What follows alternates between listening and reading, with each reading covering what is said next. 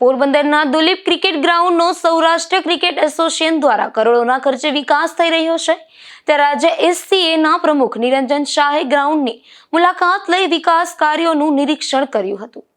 પોરબંદર નગરપાલિકા હસ્તક આવેલ દુલીપ ક્રિકેટ ગ્રાઉન્ડ અગાઉ નગરપાલિકા દ્વારા ઠરાવ પસાર કરી 30 વર્ષ માટે સૌરાષ્ટ્ર ક્રિકેટ એસોસિએશનને સોંપવામાં આવ્યું હતું। ત્યારબાદ મેદાનના વિકાસ માટે પ્રથમ તબક્કે 6 કરોડના ખર્ચે પેવેલિયન નિર્માણ શરૂ કરાયું હતું, જે કામ પૂર્ણતાના આરે છે। ત્યારે આજે સૌરાષ્ટ્ર ક્રિકેટ એસોના નિરંજન શાહે ગ્રાઉન્ડની મુલાકાત લીધી હતી અને તમામ વિકાસ કાર્યોનું નિરીક્ષણ કર્યું હતું। તેમની સાથે એડવોકેટ દીપકભાઈ લાખાણી અને અન્ય હોદ્દેદારો પણ જોડાયા હતા।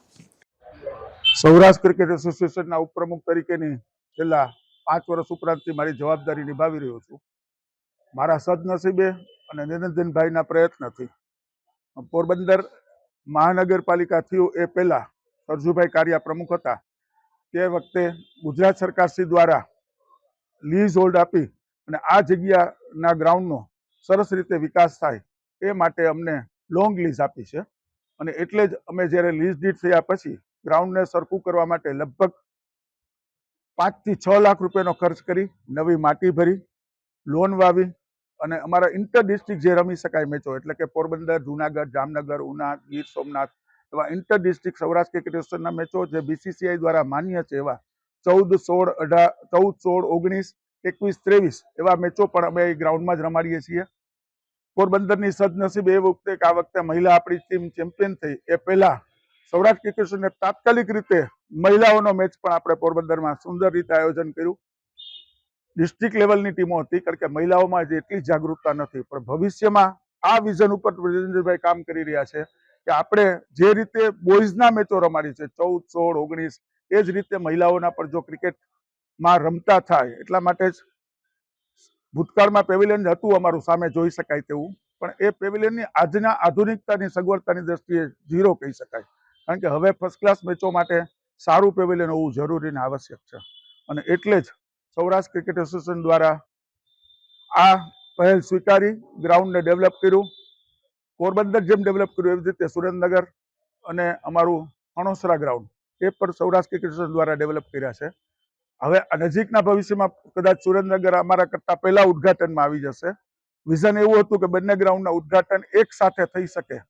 5-15 દિવસના ફેર હોય એ વસ્તુ જુદી છે, પણ સુરેન્દ્રનગરનું ગ્રાઉન્ડ તૈયાર થઈ ગયું છે। પોરબંદરનું ગ્રાઉન્ડ વધુમાં વધુ 3-4 મહિનામાં આપણે ગ્રાઉન્ડ ફર્સ્ટ ક્લાસ મેચો એટલે કે રણજી ટ્રોફી, દિલીપ ટ્રોફી એવા મેચો રમાઈ શકાય એવું ગ્રાઉન્ડ અને પોરબંદરમાં 1985 પછી એક પણ રણજી ટ્રોફી મેચ રમાણો નથી, ત્યારે સૌરાષ્ટ્ર ક્રિકેટ એસોસિએશન દ્વારા આ એક પહેલ કરી અને આપણે બીસીસીઆઈની મંજૂરી લેશું। એના જે ગ્રાઉન્ડના ધોરણો છે એ પ્રમાણે આપણે મેન્ટેન કરવાનો પૂરતો પ્રયત્ન કર્યો છે જેથી કરીને સારા મેચો રમાડી શકાય અને પોરબંદરની પ્રજાને પણ એક સારા મેચોનો લાભ મળી શકે।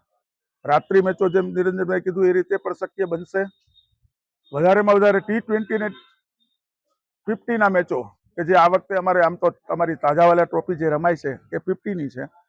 20ના અમારા જે એસપીએલ અમે શરૂ કર્યું છે જે 3 વર્ષ પૂરા થયા, સરસ મજાનો લીગ મેચ કોરોના કાળ પહેલા અમે એકવાર શરૂ કર્યો, પછી 2-3 વર્ષ સુધી કોરોનાના કારણે બંધ રહ્યું, એ પછી બીજા વર્ષે એટલે કે લગભગ 3 વર્ષ પછી પાછો રમાડો, પણ ગયા વર્ષે અમારી ટુર્નામેન્ટ બહુ સારી રહી અને વિચાર પણ એવો છે કે એસપીએલ લેવલની જો આપણે બેચોને છોકરાઓને ટ્રેનિંગ આપીએ તો ભવિષ્યમાં આઈપીએલમાં આપણા છોકરાઓ જઈ શકે।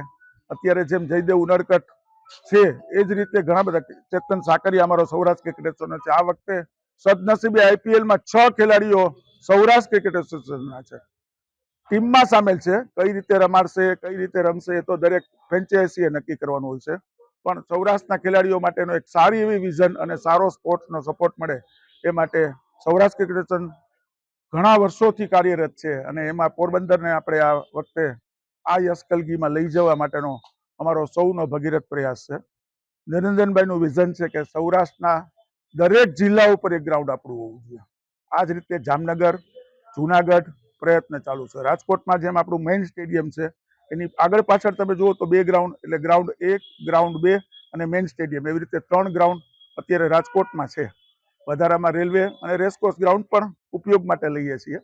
સવાલ એટલો છે કે જેટલા ગ્રાઉન્ડ આપશું એટલા છોકરાઓને વધારે સારું ક્રિકેટ રમશે એવું વિઝનથી આ પેવેલિયનનું કાર્ય કર્યું છે। ક્રિકેટની રમત જ એવી છે કે જે તમે ઓચિંતાના રમો ને તો રમી ન શકાય, પહેલી વસ્તુ તે છે આ સિઝન ગ્રાઉન્ડ છે. જેમ પહેલા હતી આપણે બધા જ્યારે નાનપણમાં રમતા હતા ને ત્યારની વિકેટ અને અત્યારની ટર્ફ વિકેટ છે. ટર્ફ વિકેટમાં દડાની લેન્થ અને સાઇઝ આપણે સૌ જાણીએ છીએ કે બુમરાહ 138 કિલોમીટરની ઝડપે બોમ્બ જેવો દડો આવતો હોય તો અત્યારના આપણા ફાસ્ટરો પણ એ જ રીતે બોલિંગ ફેંકે છે. એની સરેરાશ એવરેજ 100 થી 105 ની એવરેજથી બોલિંગ આવતી હોય છે. અને એમાં મેટિંગ વિકેટ હવે વહી ગઈ એટલે સ્થાનિકોને રમવા માટે કોઈ મનાઈ નથી. સ્થાનિકો રમી જ શકે છે. સવાલ એટલો છે કે આપણા ઘરે કોઈ રમવું હોય તો મંજૂરી લેવી પડે. મંજૂરી લઈને અમે પોરબંદરની બંને ડિસ્ટ્રિક્ટ ટીમોને આપીએ છીએ. એટલું જ નહીં, અમારી નજીકમાં દ્વારકા, દેવભૂમિ દ્વારકાની એટલે ભાણવડની ટીમ પણ આવે છે. ઉનાની ટીમ પણ 2 દિવસ આવીને મેચ રમી ગઈ. એટલે એવું નથી કે અમે આને જ રમાડીએ છીએ ને રમતા. ખાનગી ટુર્નામેન્ટ માટે મંજૂરી ન મળી શકે. એટલા માટે ન મળી શકે કે જવાબદારી છે ગ્રાઉન્ડની અંદર, અને એટલે ખાનગી ટુર્નામેન્ટ માટે કોઈને મંજૂરી ના આપી શકાય. આજે હું આ પોરબંદરમાં સૌરાષ્ટ્ર ક્રિકેટ એસોસિએશનનું પેવેલિયનનું કામ ચાલે છે એના નિરીક્ષણ માટે આવેલો છું અને લગભગ 60% ઉપર કામ થઈ ગયેલું છે. જે ઝીણું કામ બાકી હોય અને બારી બારણા ને જે બાકી છે એટલે મને એવું લાગે છે 2-3 મહિનાનું કામ છે. અને આ બાને પોરબંદરને એક સરસ મજાનું ક્રિકેટ માટેનું પેવેલિયન અને આને ભવિષ્યમાં સ્ટેડિયમ બનાવવાનું પણ એક સપનું પૂરું થઈ શકે. ગ્રાઉન્ડ સરસ છે અને અહીંયા મેચો પણ હવે રમાવા માંડ્યા છે અને અમને લાગે છે કે ભવિષ્યમાં રણજી ટ્રોફી જેટલા મેચો અહીંયા રમાય એવી અમે આશા રાખીએ છીએ. ખાસ કરીને વન ડે અને T20ના મેચો જેમાં લોકોને ખૂબ જ રસ હોય છે એ રમાવી આ વર્ષે રમાવાની ટ્રાય કરશું જો આ પેવેલિયનનું કામ પૂરું થશે. આ પેવેલિયનનો આશરે 5 થી 6 કરોડનો ખર્ચો થશે એમ માનીએ છીએ અને મને લાગે છે પોરબંદર માટે બહુ સરસ સૌરાષ્ટ્ર ક્રિકેટ એસોસિએશન તરફથી એક ભેટ કહી શકાય. એકચ્યુઅલી તો આ સૌરાષ્ટ્ર ક્રિકેટ એસોસિએશનનું જ છે.